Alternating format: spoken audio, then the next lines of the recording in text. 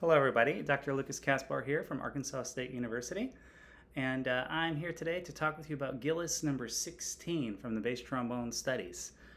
This is the longest etude of set 3, over 2.5 minutes long, which has its challenges in itself, so you're really going to have to focus on making sure that you can get through the whole etude. You need to have stamina to do this, so having a regular warm-up routine daily is very important to get through this etude successfully, in its entirety, that is. So, what are we working on in number 16? I think there are two primary goals when I work on this etude.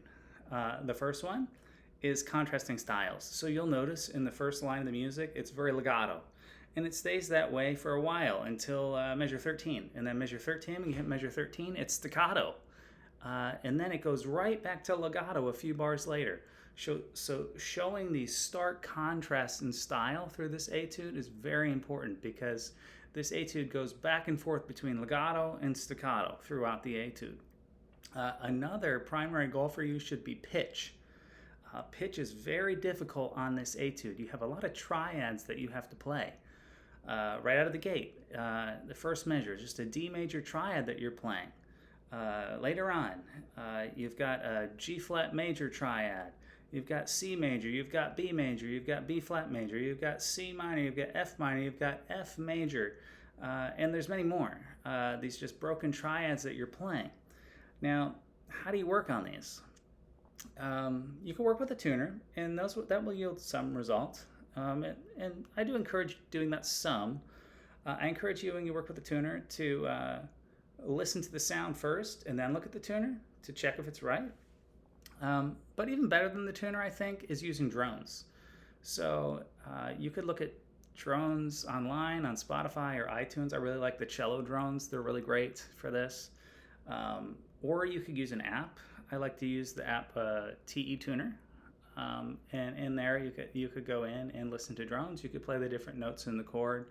For example, if it was a C major triad, C, E, G, and have that drone playing on a Bluetooth speaker or in an earbud, and just play those notes very slowly on your instrument and make sure you're playing them in tune, because intonation on this is very challenging. So you need to make sure that you're playing these triads in tune. So really isolate those spots before you try to dig into this etude if you want to be successful. I also want to mention the last pitch of the piece. You have to go all the way down to the pedal D. A lot of bass trombone players want to play this note really loud. I don't advise that. Just try to play with a nice, warm, relaxed sound on that last note. And it's okay if the note has a little bit of bend from the pedal A. I actually encourage you for your lips to be a little flexible between those two notes. And if there's even a little bend with your slide, that's okay. I think stylistically it can be appropriate too. That can help get that last note out comfortably. So here is Gillis number 16.